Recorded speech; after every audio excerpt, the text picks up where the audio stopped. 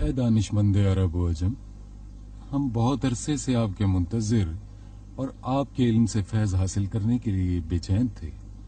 اب جبکہ خاک بصرہ آپ کے پرنور قدموں سے مزین ہو گئی ہے اور علم و دانش کے دوست آپ کے اس آنے کو غنیمت جانتے ہوئے اپنے ذہنی مجہولات کو آپ سے بیان کرنا چاہتے ہیں، اگر آپ اجازت دیں تو ہم اپنے سوالات بیان کریں۔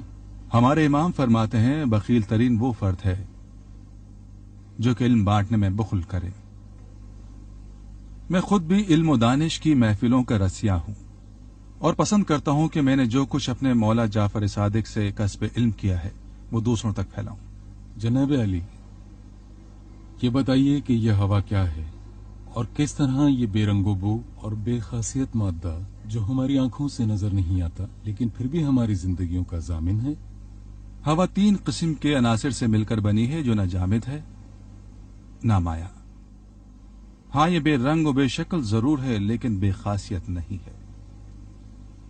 ہوا کافی گیسوں کا مجموعہ ہے اور حیات بشر اور کائنات کی تمام زندہ موجودات کی زندگی کا باعث ہے۔ استاد محترم، کیسے یہ ہوا زندگی کی ضمانت اور زندگی کے لیے ضروری ہے؟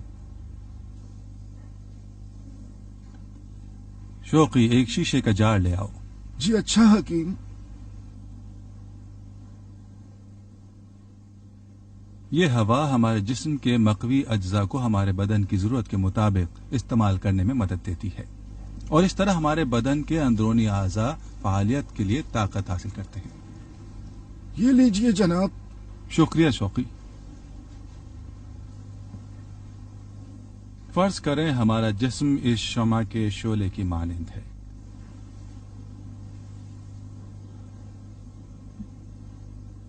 اب آپ اس شعلے کو غور سے دیکھیں۔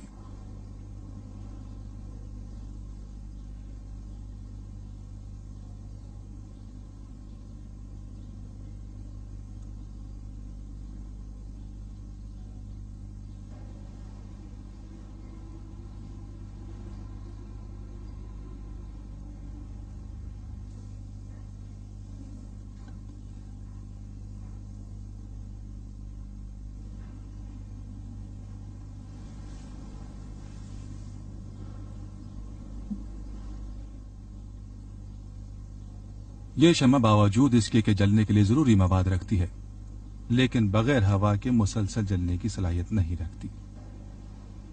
ہمارا جسم بھی اس شمع کی مانند ہے جو اپنے درونی افعال کے لیے ہوا کے محتاج ہے۔